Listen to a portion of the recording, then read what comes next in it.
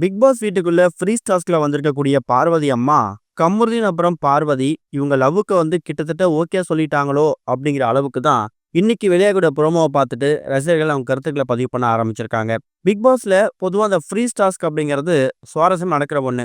எல்லா சீசன்லயும் அவங்களோட favourite கண்டஸ்டன்டோட family வரும்போது கண்டஸ்டன்ஸ் எப்படி ரியாக்ட் பண்றாங்க அப்படிங்கிற பார்க்கறதுக்காகவே ஒரு எதிர்பார்ப்பு ஏற்படும். ஆனா இந்த சீசன் அப்படி கிடையாது.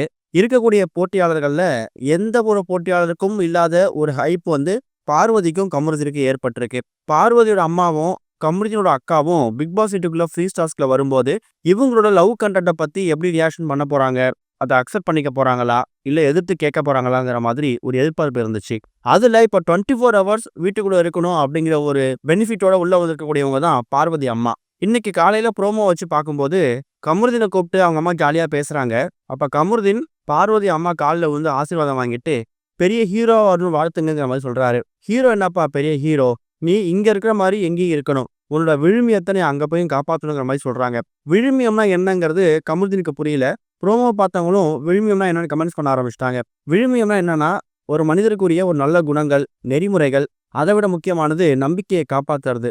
இது மாதிரி பல விஷயங்களை வார்த்தைகளை உள்ளடக்கினது தான் இந்த விழுமியம் அப்படிங்கிறதுக்கான அர்த்தம். பிக் பாஸ் வீட்டுக்குள்ள பார்வதி அப்புறம் கமருதீன் இவங்க 2 பேர்களை கூட இந்த லவ் இருக்கு இல்லையா, அந்த லவ்வுக்கு பார்வதி கிட்ட கமருதீன் ஒரு ஹோப் கொடுத்திருக்காரு, ஒரு நம்பிக்கை கொடுத்திருக்காரு. அந்த நம்பிக்கையை நீ வெளியிலையும் போய் காப்பாற்றணும், அதுலேயும் நீ ஃபாலோ பண்ணணும், கரெக்டா இருக்கணுங்கிற மாதிரி தான் அவங்க அம்மா சொல்லியிருக்காங்க.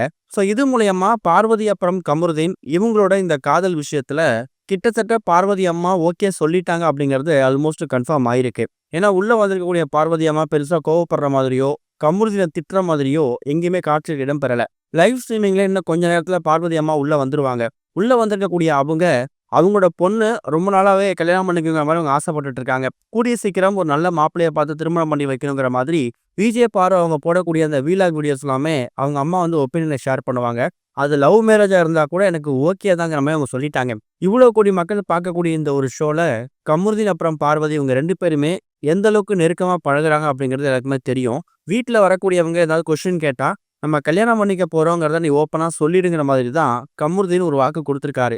அந்த ஒரு வாக்கை நீ காப்பாத்துற மாதிரி இருந்தா அதை நீ வெளியிலையும் போய் காப்பாற்றணும், அதை நீ ஃபாலோ பண்ணணும்னு அவங்க அம்மா சொல்றாங்க. அது மூலயமா பார்வதி கமருதீனோட லவ்வுக்கு அவங்க அம்மா ஓகே சொல்றாங்க அப்படிங்கிறது தெரிஞ்சிருச்சு. இவ்வளோ பெரிய ஷோல தான் பொண்ணுக்கான லவ்வை ஓப்பனா அவங்க அக்செப்ட் பண்ணிக்க முடியாதுல்ல. அதனாலதான் மறைமுக வார்த்தைகளை யூஸ் பண்ணி கமருதீன் நீ வெளியிலையும் போய் இதை ஃபாலோ பண்ணு, ஓகேனா நம்ம கல்யாணம் பண்ணி வைக்கிறோம் அப்படிங்கிற மாதிரி தான் அவங்க அம்மா சொல்லியிருக்காங்க. இது மூலயமா பார்வதி வீட்டில் இவங்க 2 பேரோட அந்த காதல் விஷயத்துல அவங்க அம்மா பெருசா ரியாக்ட் ஆகல.